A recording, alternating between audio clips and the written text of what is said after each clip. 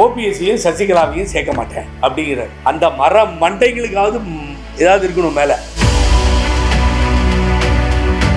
இப்போ எனக்கு தெரியாம கேட்கறாங்க, அன்புமணிக்கு ஓட்டு விடுமா, ஐயா டாக்டர் ராமதாஸ் ஓட்டு விடும். நான் அமித்ஷா கிட்டே சொல்லிட்டேன், ஓபிஎஸ்சியும் சசிகலாவையும் சேர்க்க மாட்டேன்னு சொல்லி. இப்ப தெரிஞ்சிச்சு அதிமுக பொதுச் செயலாளர், உண்மையான பொதுச் செயலாளர் யாருன்னு சொல்லி பழனிசாமியை டயர் நக்கின்னு சொன்னாரா இல்லையா? நீங்க எல்லாம் சாட்சி. இவருக்கு என்ன பினான்ஸை பத்தி தெரிந்தால் இருந்தால் முதல்வரை என்ன பண்ண போறாருன்னு அன்புமணி ராமதாஸ் சொன்னாரா இல்லையா? நடக்காத ராஜா. பாமக இருந்து ஒரு ஓட்டு கூட நீ வாங்க முடியாது. அது அப்பா போட்ட சண்டை, அது எங்க போய் முடியுதுன்னு அந்த கட்சியில் இருக்கும்போது தான் சொல்லுவேன். ரொம்ப வேதனையா இருக்கு சார் இதெல்லாம் பார்த்தா. இன்னைக்கு பழனிசாமி டெல்லி போயிட்டு கார் மாறலன்னு நினைக்கிறேன், அதே காரில் தான் போயிருக்காரு, அதே காரில் வெளியில் வந்திருக்காரு. திருப்பி நான் சொல்கிறேன், திருப்பி இன்றைக்கும் சொல்கிறேன், திருப்பி ஓபிஎஸ்சியும் சசிகலாவையும் சேர்க்க மாட்டேன் அப்படிங்கிறார். அந்த மர மண்டைகளுக்காவது ஏதாவது இருக்கணும் மேலே. அந்த ரெண்டு பேருமே திரும்பி, ஏய் உங்ககிட்ட சேர்றேன்னு நான் வந்து சொன்னனாயா, தலைமை ஏற்றுக்கிறேன்னு வந்து நிற்கிறமா கை கட்டிட்டு, ஏன் இது மாதிரி அசிங்கம் பண்ணிட்டு இருக்கீங்கன்னு கேட்கணும். அவங்களும் கேட்கறதில்ல. நான் சேர்ந்து நீ சேர்ந்து போக மாட்டேன்னு ஊர் உலகத்துக்கே தெரியும். அது அதிமுக அழிச்சிட்டு இருக்கீங்கன்னு தெரியும். நேற்று பயங்கர கூட்டணி, சூப்பர் கூட்டணி நேற்று அனௌன்ஸ் பண்ணிட்டாரு. அமித்ஷாட்ட போய் சொல்லிட்டு வந்துட்டாரு. சொல்கிறாரு, நான் அமித்ஷா கிட்டே சொல்லிட்டேன், ஓபிஎஸ்சியும் சசிகலாவையும் சேர்க்க மாட்டேன்னு சொல்லி. இப்போ தெரிஞ்சிச்சு அதிமுக பொதுச் செயலாளர், உண்மையான பொதுச் செயலாளர் யாருன்னு சொல்லி. பாரதிய ஜனதா கட்சி தலைமையிடம் டெல்லி, அமித்ஷா வீடு, அமித்ஷாஜி கிட்ட போய் சொல்லிட்டு வந்து அவரே சொல்கிறார் ஓப்பனா, உன் கட்சிக்கும் நீ சேர்க்க மாட்டேன்னு சொல்கிறதுக்கும் சேர்த்துக்கிறேன்னு சொல்கிறதுக்கும் அவங்கள்ட்ட என்ன சொல்லிட்டு வர்றது? நீ எங்கள் அப்பா குதிரைக்குள்ள நீ இன்றைக்கு உளறியே இல்லையா?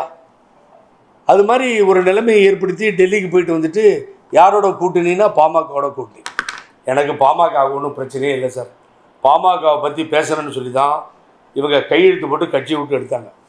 அதை பற்றி கவலையே படலை நான். ஏன்னு கேட்டிங்கன்னா, பழனிசாமியை டயர் நக்கின்னு சொன்னாரா இல்லையா? நீங்கள் எல்லாம் விட்ட சாட்சி. இவருக்கு என்ன ஃபினான்ஸை பற்றி தெரிந்தால் முதல்வரை என்ன பண்ண போகிறாருன்னு அன்புமணி ராமதாஸ் சொன்னாரா இல்லையா? ஓட்டிகிட்டு இருக்காங்க வலைத்தளத்தில். இப்போது அதெல்லாம் நடந்துச்சு இல்லை? ஒரு தலைவராக ஓபிஎஸ்ன்னு கேட்டார்ல, இதுக்கு தான் நான் எதிர்த்து பேசுனேன்.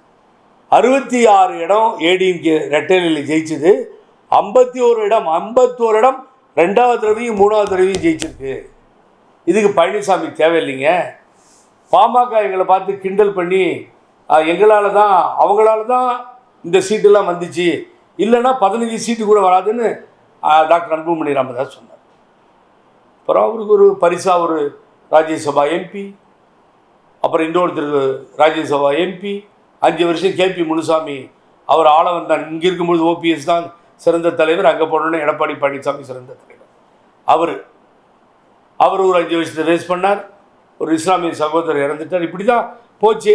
மறுபடியும் இந்த ராஜ்யசபா சீட்டை தாரவாக்கணும்னு முடிவு பண்ணிட்டாங்க. அது கண்டிஷன் போட்டாராம் அன்புமணி. இப்போது எனக்கு தெரியாமல் கேட்குறேன் நான், அன்புமணிக்கு ஓட்டு விடுமா, ஐயா டாக்டர் ராமதாஸ் ஓட்டு விடுமா? கட்சி உடஞ்சிச்சு.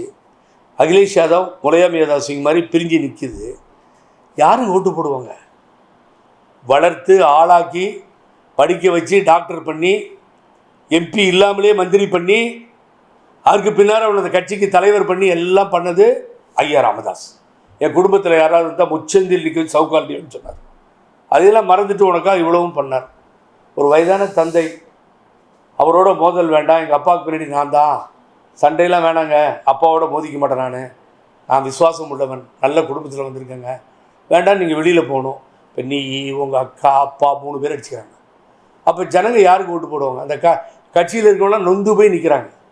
அவர் என்ன சொல்கிறார், இது முறையான பொதுக்குழு கூடவில்லை, இவர் எடுத்தது சரியில்லைன்னு சொல்லி. அவங்க பாமக இந்த தடவை பாமக தொண்டர்களோ பாமக ஓட்டர்ஸோ குழம்பி போயிருக்கின்ற நிலை. அதனால் ஓட்டு போடுவது என்பது கடினம். இது சும்மா ஒரு பூச்சாண்டி காமிக்கிறதுக்கு அன்புமணி ராமதாஸோட ஒரு கூட்டணின்னு இவரே ஏற்படுத்திக்கிட்டு எடப்பாடியில் ஏதாவது பண்ணி சாதிக்கணும், டெபாசிட் போகாமல் தன்னை காப்பாற்றிக்கணுன்றதுக்காக பண்ணியிருக்கார். நடக்காத ராஜா. பாமகலேருந்து ஒரு ஓட்டு கூட நீ வாங்க முடியாது. அது அப்பா போட்ட சண்டை, அது எங்கே போய் முடியுதுன்னு அந்த கட்சியில் இருக்கவங்க தான் சொல்லுவோம். இருக்கிறவங்களும் சரி, இப்போ உங்க ஒருங்கிணைப்பு குழுவில் இருக்கிறவங்களும் சரி, அவங்களும் ஒரு முடிவை தேடி மாற்று கட்சி சூழல் இருக்கு. நீங்க இந்த மாதிரி ஒரு முடிவு வச்சிருக்கீங்க? இல்லை, தினமும் போகிறாங்க சார்.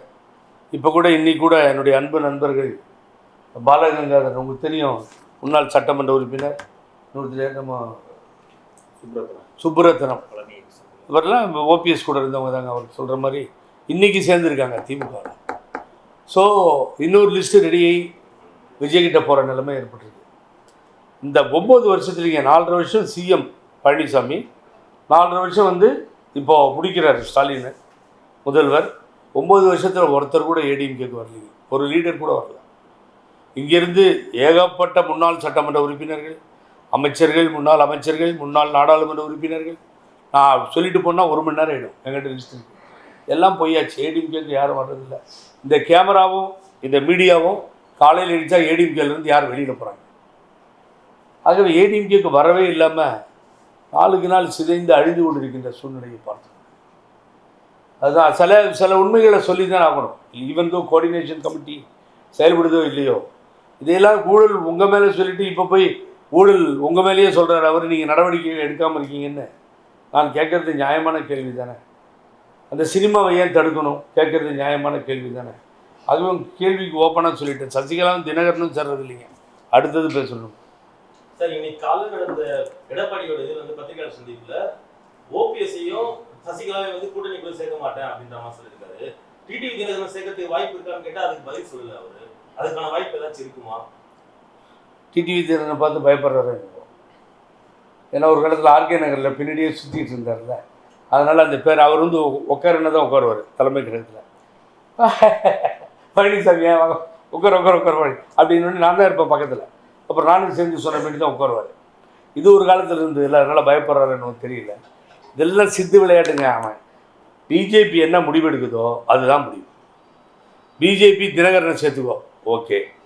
ஒரே ஒரு கண்டிஷன், நான் ஓபிஎஸ்சியும் சசிகலாவையும் சேர்த்துக்க முடியாது.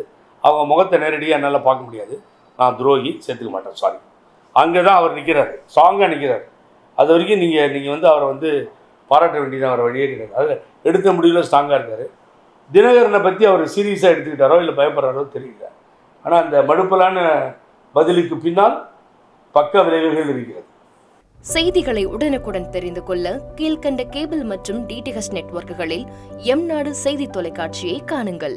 பாதகம் செய்பவரை கண்டால் நாம் பயம் கொள்ளலாகாது பாப்பா. மோதி மிதித்துவிடு பாப்பா, அவர் முகத்தில் உமிழ்ந்து விடு பாப்பா. அண்மை செய்திகளை உடனுக்குடன் தெரிந்து கொள்ள இணைந்திருங்கள் எம்நாடு தொலைக்காட்சியுடன்.